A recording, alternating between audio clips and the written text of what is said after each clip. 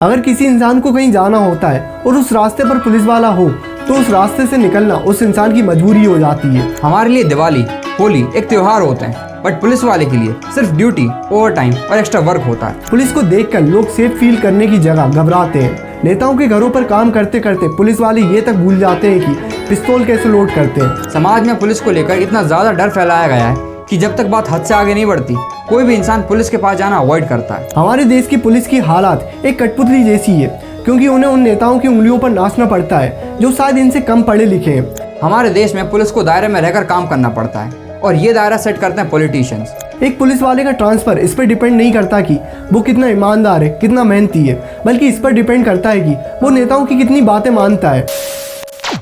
अगर किसी इंसान को कहीं जाना होता है और उस रास्ते पर पुलिस वाला हो तो उस रास्ते से निकलना उस इंसान की मजबूरी हो जाती है। कोई नहीं चाहता कि पुलिस रास्ते में आए। इंडिया में बहुत सारे गवर्नमेंट डिपार्टमेंट्स हैं, लेकिन पुलिस को लेकर लोगों में अलग ही नाराजगी है। पुलिस को देखकर लोग सेफ फील करने की जगह घबराते हैं।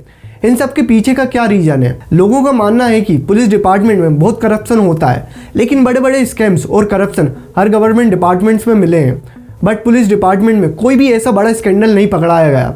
लेकिन इस बात से डिनाई नहीं किया जा सकता कि पुलिस की हालत बहुत ख़राब है। हालत ये है कि 663 लोगों को संभालने के लिए एक पुलिस वाला है और 3 पुलिस वाले मिलकर एक वीआईपी की सिक्योरिटी मेंटेन करते हैं। हालत इतनी ज़्यादा बुरी है कि आधे से ज़्यादा कांस्टेबल नेताओं के घर पर काम करते हैं।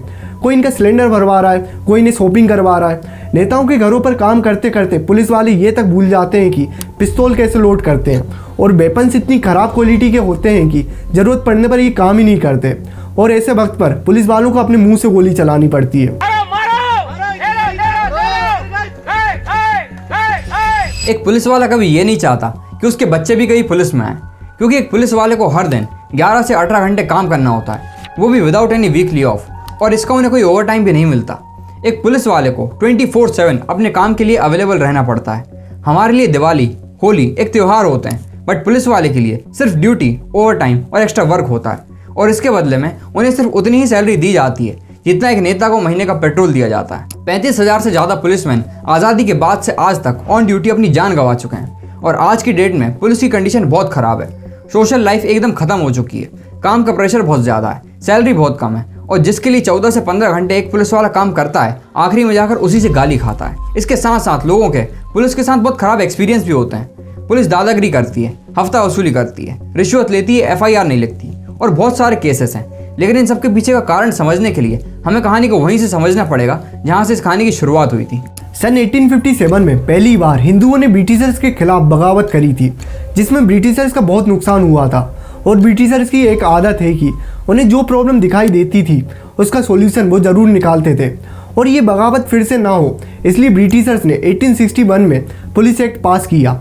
और ये एक लोगों की मदद करने के लिए, उनको सेफ रखने के लिए नहीं, बल्कि लोगों को कंट्रोल करने के लिए, उनके ऊपर दादागिरी जमाने के लिए थी। उनको डराना, धमकाना और हमारी ज़मीन को ख़राब करके ब्रिटिशर्स के ट्रेड को सेव करना, ये पुलिस का मेन मोटिव था। और इनके नाम भी ब्रिटिशर्स ने मुगलों के ही रखे थे, जैसे दरोगा, कोतवाल, फौजदार, जिससे लोगों को ये ना लगे कि ब्रिटिशर्स उनके ऊपर रूल कर रही है, बल्कि ऐसा लगे कि उन्हीं में से कुछ लोग उनके खिलाफ हो गए हैं। और तब से लेकर आज तक ये पुलिस एक्ट चला आ रहा है। पुलिस की रिस्पॉन्सिबिलिटीज तो बहुत चेंज हो गई है, बट नेताओं का माइंडसेट चेंज नहीं हुआ। वो आज भी पुलिस को अपने लिए काम करने वाली अथॉरिटी की तरह मानते हैं, जब चाहे पुलिस का यूज़ करके चीज़ें बदल दी जाती है। समाज में पुलिस को लेकर इतना ज़्यादा डर फैलाया गया है कि जब तक बात हद से आगे नहीं बढ़ती, कोई भी इंसान पुलिस के पास जाना अवॉइड करता है। लगभग 85% पुलिस कांस्टेबल से भरी हुई है, और इन्हें अपने 30 साल के करियर में सिर्फ एक बार प्रमोट करा जाता है। तो क्यों इंसान पुलिस बनना चाहेंगे? और अगर आपको ये लगता है कि पुलिस डिपार्टमेंट में भले ही कांस्टेबल की कोई इज्जत ना हो, बट ऑफिसर्स की ज़रूर इज्जत है, वो अपना काम खुलकर कर सकते हैं, बट ऐसा नहीं है। नेता इन हायर ऑफिसर्स को ही हैंडल करते हैं, और ये ऑफिसर्स कांस्टेबल को। मतलब आप ऐसा समझिए कि पूरा डिपार्टमेंट ही हैवीली पॉलिटिकल इन्फ्लुएंस्ड है। हर 1 लाख लोगों के लिए 220 पुलिसमैन की ज़रूरत होती है, बट इंडिया में सिर्फ 147 पुलिसमैन 1 लाख लोगों के लिए अवेलेबल हैं। ऐसा नहीं है कि इंडिया में पुलिस की स्ट्रेंथ कम है, ये 220 का नंबर आसानी से पूरा हो जाता अगर आधी पुलिस फोर्स नेताओं के घर में नहीं होती। क्या आपको पता है कि जब राज्य सरकार पावर में आती है तो वो सबसे पहला काम क्या करती है? हम बताते हैं, उस स्टेट के बड़े बड़े पुलिस ऑफिसर्स का ट्रांसफ़र। क्योंकि हर नेता यही चाहता है कि उसके आसपास वही लोग रहें जो उसकी बातें माने बिना किसी सवाल जवाब किए, और फिर उन्हीं पुलिस की पावर का इस्तेमाल करके अपने लोगों की मदद करवाना किसी को जेल में डलवाना हो या किसी को जेल से छुड़वाना हो, ये सब काम किए जाते हैं। हमारे देश की पुलिस की हालात एक कठपुतली जैसी है, क्योंकि उन्हें उन नेताओं की उंगलियों पर नाचना पड़ता है जो शायद इनसे कम पढ़े लिखे हैं, क्योंकि पुलिस डिपार्टमेंट में ट्रांसफ़र, पोस्टिंग ये सब नेताओं के हाथ में होता है। एक पुलिस वाले का ट्रांसफ़र इस पर डिपेंड नहीं करता कि वो कितना ईमानदार है, कितना मेहनती है, बल्कि इस पर डिपेंड करता है कि वो नेताओं की कितनी बातें मानता है। देश में कुछ ऐसे भी डिपार्टमेंट्स हैं जिनमें गवर्नमेंट का कोई रोल नहीं है, जैसे Indian army, air force, navy, law and order, और यही रीज़न है कि आज भी लोगों का इन पर भरोसा बना हुआ है। एवरेजली एक पुलिस स्टेशन को महीने का 110 लीटर पेट्रोल मिलता है, मतलब एक दिन का 3.6 लीटर पेट्रोल।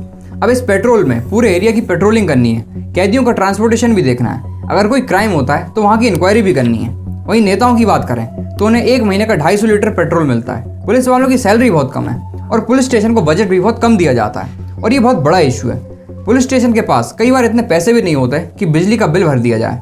नोएडा में 2 पुलिस स्टेशन की लाइट काट दी गई थी क्योंकि वो बिजली का बिल नहीं भर पाए थे। और इन सारी चीज़ों को पूरा करने के लिए जुगाड़ की ज़रूरत पड़ती है। अब जुगाड़ का मतलब आप समझ गए होंगे, और ओवरऑल एनवायरनमेंट ऐसा बन जाता है कि जुगाड़ नॉर्मल लगने लगती है। कई लोगों की ये भी दिक्कत होती है कि पुलिस FIR नहीं लिखती, बट इसके पीछे उनकी मजबूरी है। अगर एक पुलिस वाला FIR लिखेगा तो सबसे पहले तो उसका काम बढ़ेगा, उसे जाकर इन्वेस्टिगेशन करनी पड़ेगी, सबूत ढूंढने पड़ेंगे, और रिसोर्सेज तो पहले से ही लिमिटेड है। थोड़ी ही टाइम बाद पैसों की दिक्कत भी आने लगेगी। और पुलिस के साथ उल्टा चलता है, जितनी ज़्यादा FIR होगी उतनी ख़राब परफॉर्मेंस मानी जाएगी, क्योंकि उस पुलिस स्टेशन के एरिया में क्राइम रेट ज़्यादा है, ये माना जाएगा। और अगर ऐसा होता है तो उस मोहल्ले की बदनामी होगी, उस पुलिस स्टेशन की बदनामी होगी, वहाँ का जो नेता है उसकी बदनामी होगी, और ये सब अफोर्ड नहीं किया जा सकता। हर एक पुलिस वाला अपना काम अच्छे से और ईमानदारी से करना चाहता है, बट अगर उसे वो काम करने ही नहीं दिया जाएगा तो वो पुलिस वाला तो गलत ही लगेगा ना। हमारे देश में पुलिस को दायरे में रहकर काम करना पड़ता है, और ये दायरा सेट करते हैं पॉलिटिशियंस बहुत हैवीली पुलिस को कंट्रोल करते हैं और अपने दोस्तों का फ़ायदा करवाते हैं उन्हें पब्लिक प्रोजेक्ट्स देकर, जिससे उनके दोस्तों का तो बहुत फ़ायदा होता है, बट आपको और हमारा बहुत नुकसान होता है। ये हमने ऑलरेडी आपको इस वीडियो में बताया हुआ है, तो यहाँ क्लिक करके उस वीडियो को ज़रूर देखें। धन्यवाद।